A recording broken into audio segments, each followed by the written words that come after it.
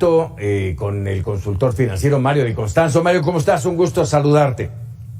Al contrario, Paco, muy buenas noches, un saludo a ti y a todo tu auditorio. Muchísimas gracias. Hace apenas unas semanas habíamos platicado de quién sería el secretario, y ya es ahora ratificado, secretario de Hacienda, Rogelio Ramírez de la O. ¿Qué esperar? Ya ahora ratificado con esta comparecencia, ¿qué esperar del secretario? Mira, yo lo he ido comentando, yo creo que hay que esperar una cosa para mí es muy importante. Hoy Rogelio Ramírez de la O está ocupando la silla de la Secretaría de Hacienda o va a ejercer el cargo de secretario de Hacienda. Esto es muy diferente. ¿Y a qué me refiero? Las decisiones van a seguirse tomando en Palacio Nacional o van a regresar a la Secretaría de Hacienda. Porque bueno, en la comparecencia que vimos, el mensaje que Rogelio Ramírez de la O dio es que pues esperaremos más de lo mismo. Habló no de una reforma fiscal, tal parece que ya quedan una serie de medidas regulatorias, pero lo evidente es que México tiene un problema de ingresos, México tiene un problema de participaciones a las entidades federativas, de gasto federalizado, y que lo menos aconsejable es dejar las cosas como están. Y no necesariamente una reforma fiscal que suba impuestos, pero sí una reforma fiscal que amplíe la base y que le genere más ingresos al gobierno, porque se ha echado tantos compromisos este gobierno con ocurrencias de gasto, más que con políticas de gasto bien planeadas, que las finanzas públicas no están alcanzando. Yo lo he comentado, quizás aquí lo he comentado en tu programa, por ejemplo, tan solo de este incremento en la pensión de adultos mayores, durante el segundo semestre de este año, las finanzas públicas van a tener que ejercer una carga adicional de 100,000 millones de pesos, y esta carga se va a incrementar para el próximo año.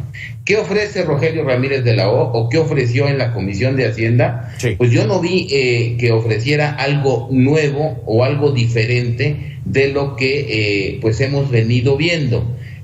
Por ejemplo, ¿cómo va a mejorar la relación con los empresarios si hoy precisamente entra en vigor pues estos precios tope al gas, por un lado, en donde ya tenemos un problema de precios topes, de precios máximos, posiblemente se genere escasez, ya hay un paro nacional de los distribuidores de gas, de los concesionarios de gas, y por el otro lado, el día de hoy también aumentan casi 20% la tarifa de alto consumo de CFE. Esto aplica pues para empresarios, para empresas, en donde pues de un día para otro están incrementando sus costos. Es decir, ¿cuál es la relación que va a tener con la inversión privada? ¿Qué va a hacer con Pemex? No habló de Pemex ahora que le bajaron la calificación, y que tú recordarás, pues a lo mejor hace 10 años hablábamos que el gobierno le quitaba todos sus recursos a Pemex, y ahora es al revés. Pemex está absorbiendo materialmente todos los recursos de las finanzas públicas. Es una empresa muy endeudada, es una empresa que no ha logrado reactivar su producción, y el gobierno sigue con estas políticas de gasto desordenadas. A mí me hubiese gustado escuchar a Rogelio Ramírez de la O pues hablar de cómo vamos a ordenar el gasto, es decir, cómo vamos a combinar el gasto social y gasto en inversión.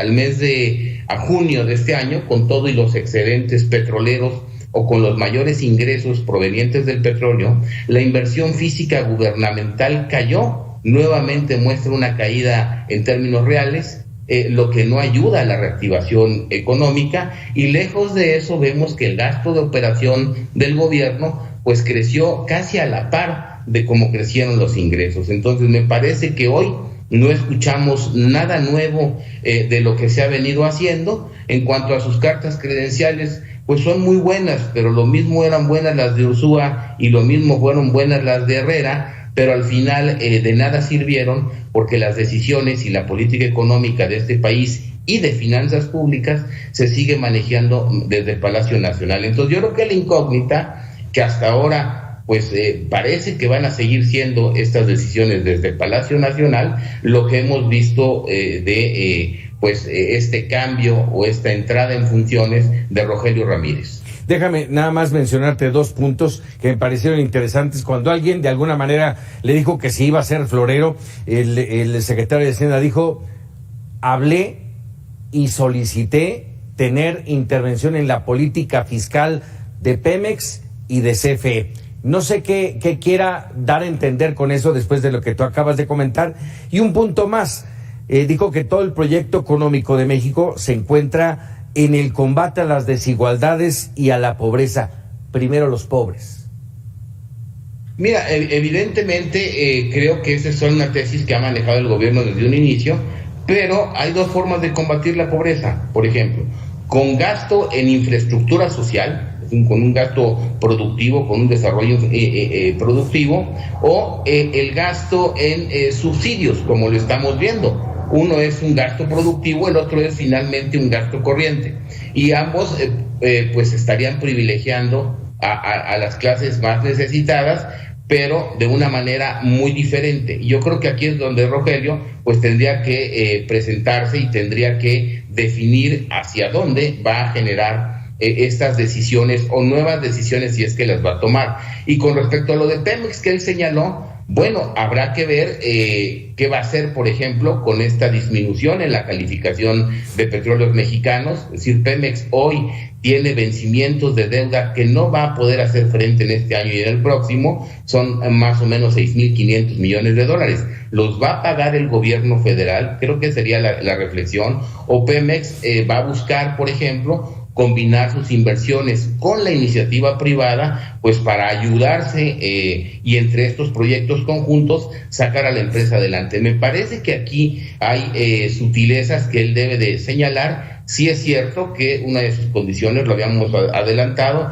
era tener injerencia en la política fiscal de Pemex, pero en este momento, pues, por ejemplo, el quitarle o bajarle la carga fiscal a Pemex implica que el gobierno federal pues deja de percibir recursos. El subirle la carga fiscal a Pemex implica que Pemex deja de tener recursos. Ahora, ¿cómo van a complementar estos recursos si el gobierno federal no quiere llevar a cabo una reforma fiscal, por ejemplo, no va a tocar los impuestos? Entonces difícilmente le va a poder rebajar la carga fiscal a Pemex, o viceversa. Si le rebajan la carga fiscal a Pemex y no aceptan a la inversión privada, tal y como quedó, nos guste o no, en la modificación de la Constitución, pues entonces, ¿de dónde van a salir los recursos? Lo que es un hecho es que esta estabilidad en materia de finanzas públicas, pues es incierta. Aquí hemos visto cómo hoy los requerimientos financieros del sector público, que es la medida más amplia de la deuda, es de 12.4 billones de pesos,